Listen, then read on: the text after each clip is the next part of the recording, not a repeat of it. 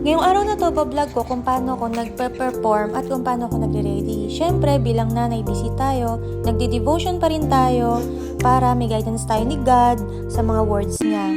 1 to 2 weeks ako nagpa-practice and mas okay kapag nalaman ko yung competition agad para naman nakakapag-practice ako maigi. So, nagpagupit na rin ako ng buhok kasi sobrang haba na niya and then nagpa-nail art ako para naman kapag magpe-perform is presentable talaga yung itsura natin at maayos and maganda kasi may points din yun. So, ayan, nag-heels din ako and nagde-dress rehearsal sa bahay and ayan, D-Day na ng trot semi-final. So, first time ko lang sumali ng K-trot ng mga kantang trot kasi ang genre ko talaga is kayo, yung parang performance talaga. And sa sobrang busy ko, ayan, na-hospital na rin ako, emergency, pero tuloy pa rin ang practice. Tuloy pa rin ang laban. Basta ingat lang talaga sa health kasi mahirap pag may sakit, lahat mahihinto, maititigil.